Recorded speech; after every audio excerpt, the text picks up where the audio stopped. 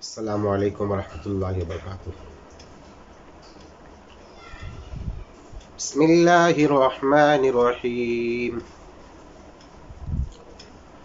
الحمد للہ رب العالمین، وما ارسلناک الا رحمۃ للعالمین، نحمده ونصلي على حبيبه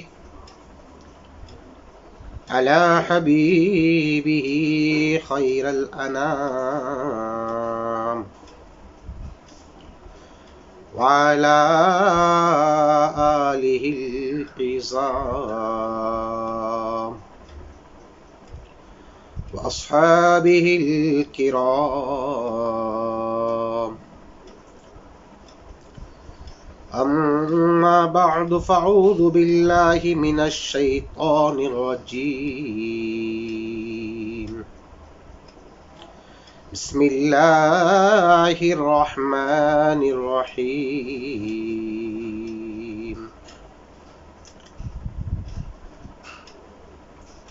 اقرأ كتابك كفى بنفسك اليوم عليك حسيبا، صدق الله العظيم۔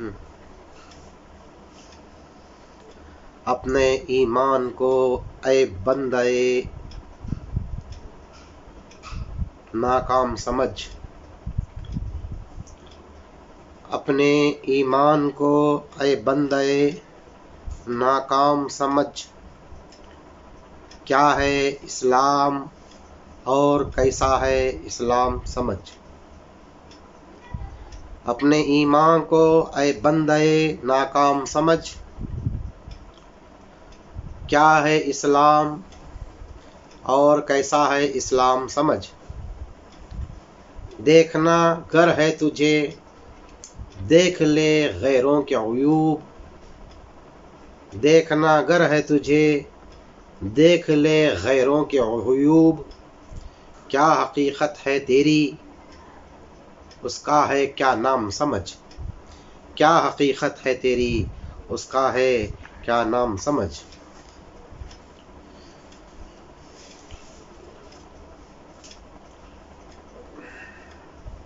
محبان اہل وطن، تمام برادران اسلامیہ، عاشقان غوث و خواجہ، بارگاہ رسالت، عزت مآب، آقائے دو جہاں، احمد مختار، مدینے کے تاجدار، عالم کے سرکار، جناب احمد مجتبی محمد مصطفیٰ صلی اللہ تعالی علیہ وسلم کی بارگاہ میں ایک مرتبہ بآواز بلند درود شریف پڑھیں۔ اللہم صلی علی سیدنا محمد کما صلیت علی ابراہیم وعلی آل ابراہیم انک حمید مجید، اللہم بارک علی محمد وعلی آل محمد کما بارکت علی ابراہیم وعلی آل ابراہیم انک حمید مجید۔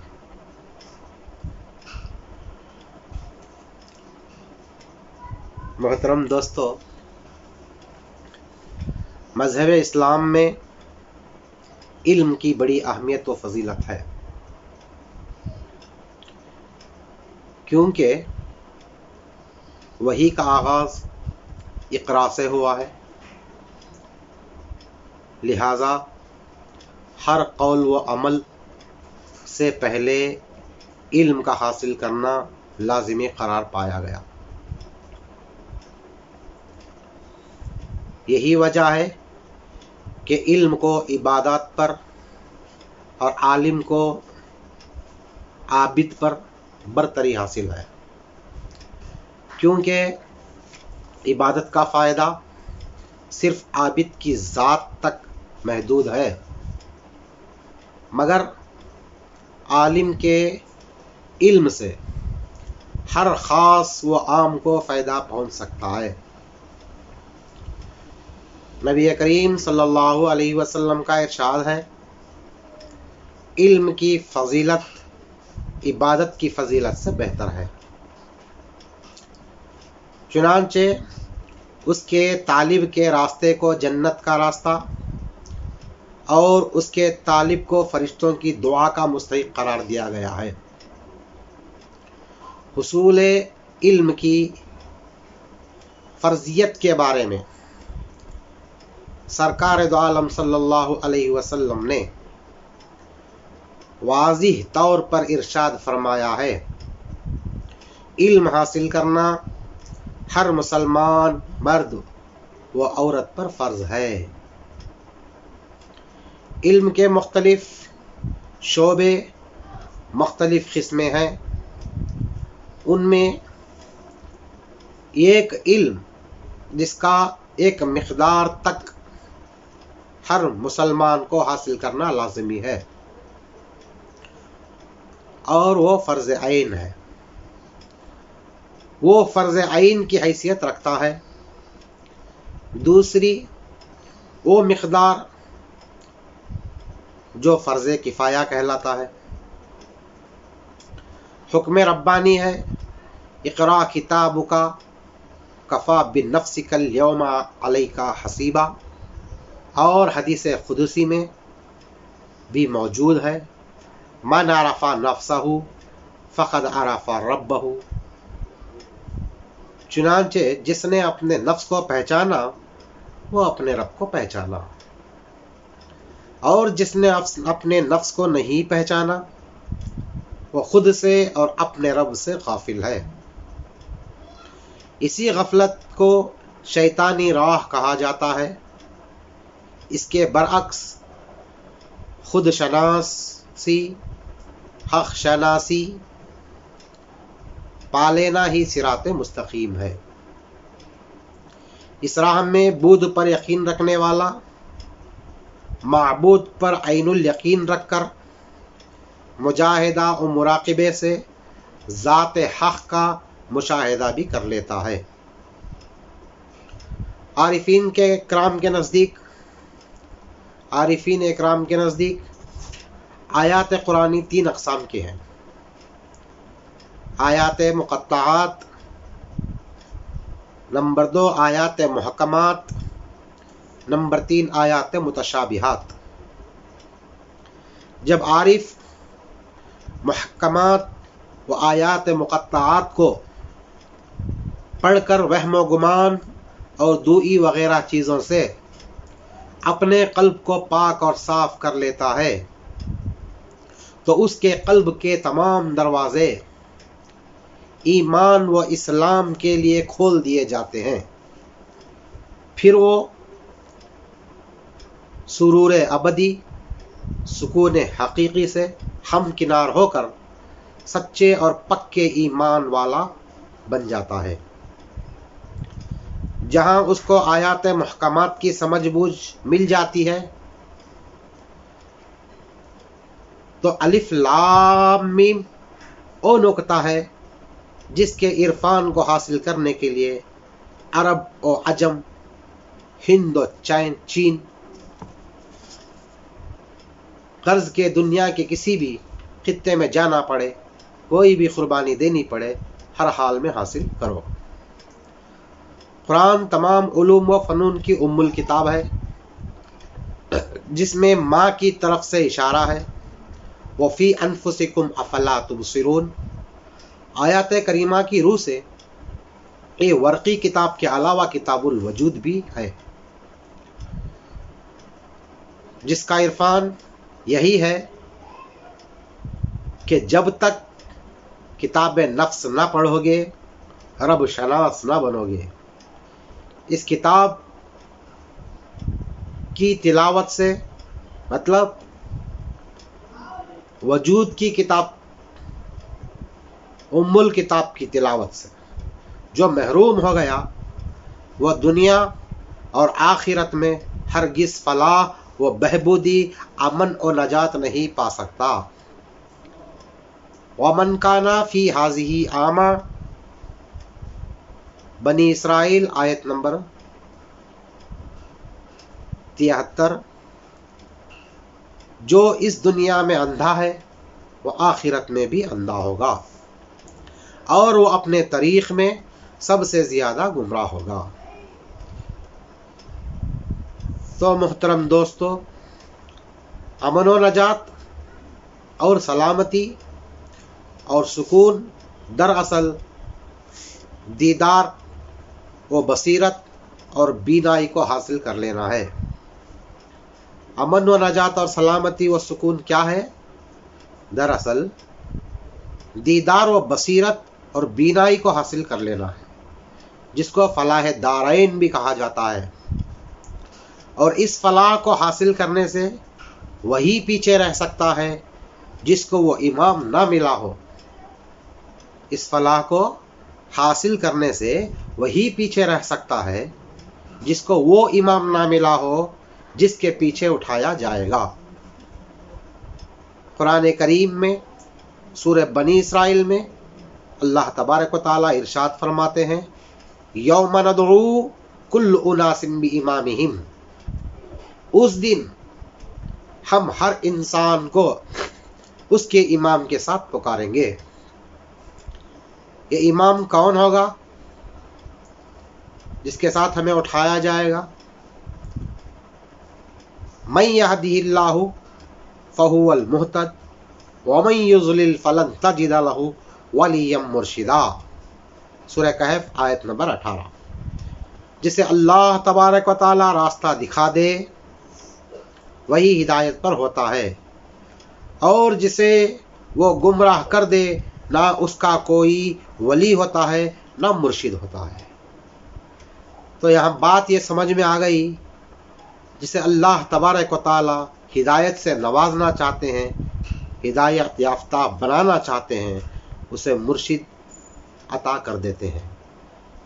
اور جسے مرشد عطا نہ ہو کیا ہو، جس کو آج تک مرشد نہ ملا ہو، تو سمجھ لیں وہ ابھی تک گمراہی اور ضلالت کے راستے پر چل رہے ہیں۔ لہذا مرشد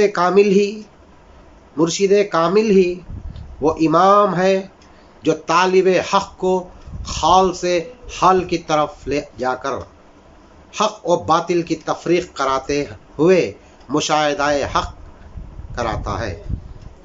تو نے پوچھی ہے امامت کی حقیقت مجھ سے، تو نے پوچھی ہے امامت کی حقیقت مجھ سے، حق تجھے میری طرح طالب اسرار کرے، ہے وہی تیرے زمانے کا امام برحق جو تجھے حاضر و موجود سے بیدار کرے۔ محترم سامعین، شمس و قمر، زمین و آسمان، نجم و کواکب، عرض یہ کہ کائنات کی ہر شے کا وجود نفس و خودی میں قیاس کرنے والوں کے بارے میں کہا گیا ہے، سنوریہم آیاتنا فی الآفاق و فی انفسہم، سورہ حامیم سجدہ آیت نمبر 53۔ ہم ان کو عن قریب اپنی آیتیں آفاق میں اور ان کے نفوسوں میں دکھائیں گے، یہاں تک کہ ان پر بات کھل کر رہے گی۔ یہ بالکل حق ہے۔ کافر کی یہ پہچان ہے کہ آفاق میں گم ہے، کافر کی یہ پہچان ہے کہ آفاق میں گم ہے، مومن کی یہ پہچان ہے گم اس میں ہے آفاق۔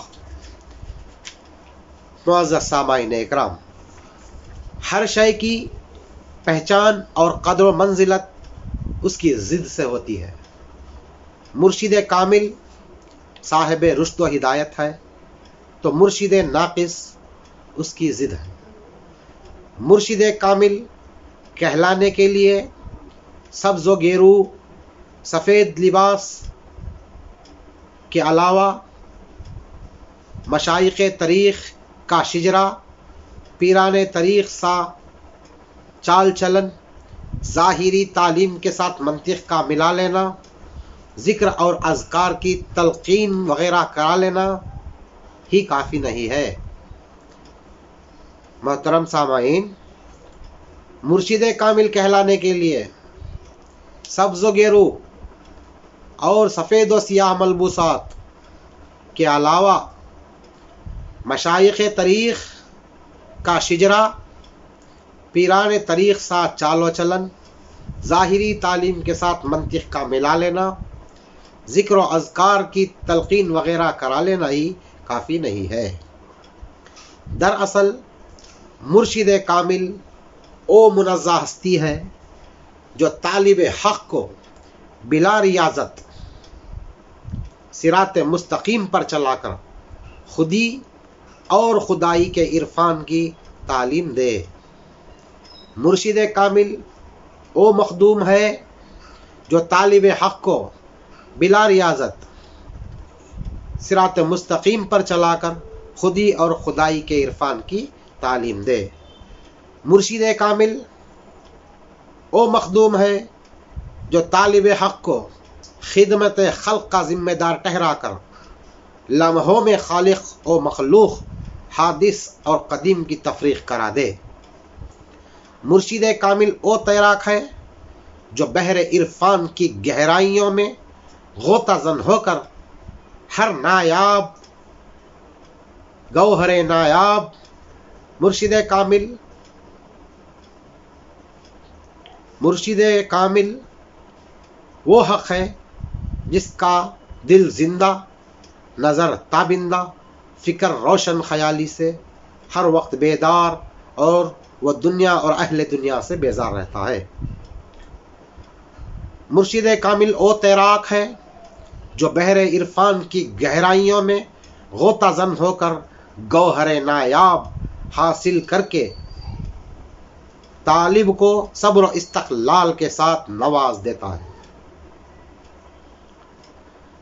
مرشد کامل اپنی ابتدا اور انتہا سے واقف ہو کر عرش کی بلندیوں میں پرواز کرتے ہوئے علمی و عقلی و عملی سلیقہ مندی سے طالب حق کو پوری کائنات کی ابتدا و انتہا کا عارف بنا دیتا ہے۔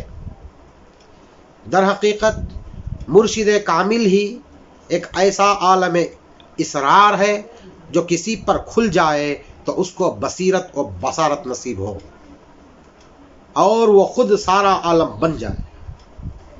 مرشد کامل ہی وہ معمہ ہے جو طالب حق پر کھلے تو وہ ذکر و اذکار اور وظیفہ کی تعلیم ہی نہ دے بلکہ تمام چیزوں کی حقیقت بھی سمجھا دے، ابتدا سے انتہا تک، انتہا سے منتہا تک کے مراحل اور مقامات وصل اور راہ سلوک میں پیش ہونے والے فائدے اور نقصانات کی شناخت بھی بخش دے۔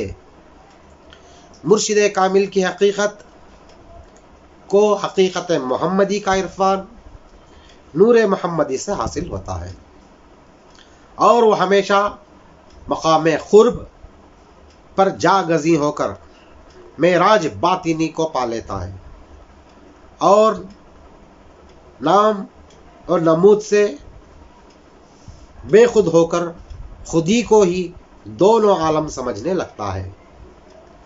مرشد کامل وہی مرد مومن ہے جو ظاہری معنوں میں شریعت محمدی پر ثابت قدم رہ کر شرک و کفر، وہم و گمان سے ہمیشہ عملی و قولی جہاد کرتا ہے، اور باطن میں ارادت مندوں کو نبی کریم صلی اللہ علیہ وسلم کے حضور میں پیش کر کے کائنات محمدی کا دیدار کرا دیتا ہے۔ تو میرے محترم سامعین اکرام اور معزز دوستو، ارباب عرفان کے نزدیک پیر کے حقوق تمام حقداروں کے حقوق سے زیادہ ہیں۔ ارباب عرفان کے نزدیک پیر کے جو حقوق ہیں تمام حقداروں کے حقوق سے زیادہ ہیں، اس لیے کہ طالب کی ظاہری و جسمانی ولادت تو والدین سے ہوتی ہے، مگر روحانی اور معنوی ولادت کا تعلق ذات پیر سے ہے، اور ولادت ظاہری حیات عارضی وغیرہ ہم مانی ہے۔ ولادت حقیقی و حیات معنوی مستقل و ابدی ہے۔ پیر کامل کے توسل سے نفس امارہ جو بذات خود نجس و خبیث ہے، پاک ہو کر امارگی سے سرور ابدی مقام اطمینان کی طرف رجوع ہو جاتا ہے۔ چنانچہ اپنی سعادت کو پیر کی رضامندی میں جانے، اور پیر کسی کام کا حکم دے تو اس کام کو اپنے حق میں باعث برکت سمجھ کر فرما برداری کرتا رہے۔ مرید کو چاہیے کہ گفتار و کردار، وضع و خطا اور رفتار میں اپنے پیر کی اتباع کرے۔ مرید پر لازم ہے ہر وقت تصور شیخ میں خود کو مبتلا رکھا کرے، خود کو ہمیشہ مبتلا پا کر ہر وقت مشاہدہ غیب میں مبتلا اور خود کو پیر کی حراست میں سمجھے۔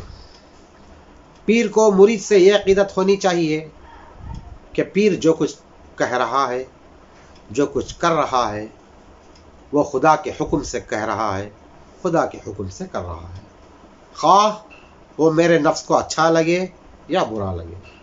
پیر سے بڑھ کر کوئی میرا ولی نہیں، پیر سے بڑھ کر کوئی میرا رفیق نہیں، اور پیر کا ہر قول و فعل میرے لیے باعث برکت و رحمت ہے۔ جو مرید اپنے پیر سے اور پیر کے اعمال و اقوال سے غافل ہو جائے، او مرید صادق اعتقاد نہیں کہلاتا۔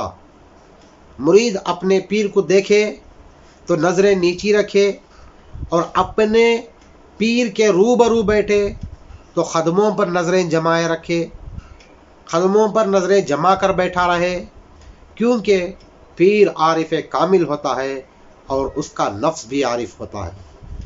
پیر را ذات خدا را ایک ندید، نہ مرید و نہ مرید و نہ مرید، ایک زمانہ صحبت با اولیاء 72 از 100 سالہ طاعت بیریا۔ ایک زمانہ صحبت با اولیاء 72 از 100 سالہ طاعت بیریا۔ تو محترم سامعین اکرام، ہم اپنا ہر وقت، ہر ہمیشہ، ہر لمحہ اچھی صحبت میں بیٹھ کر اچھی تعلیمات کو حاصل کریں،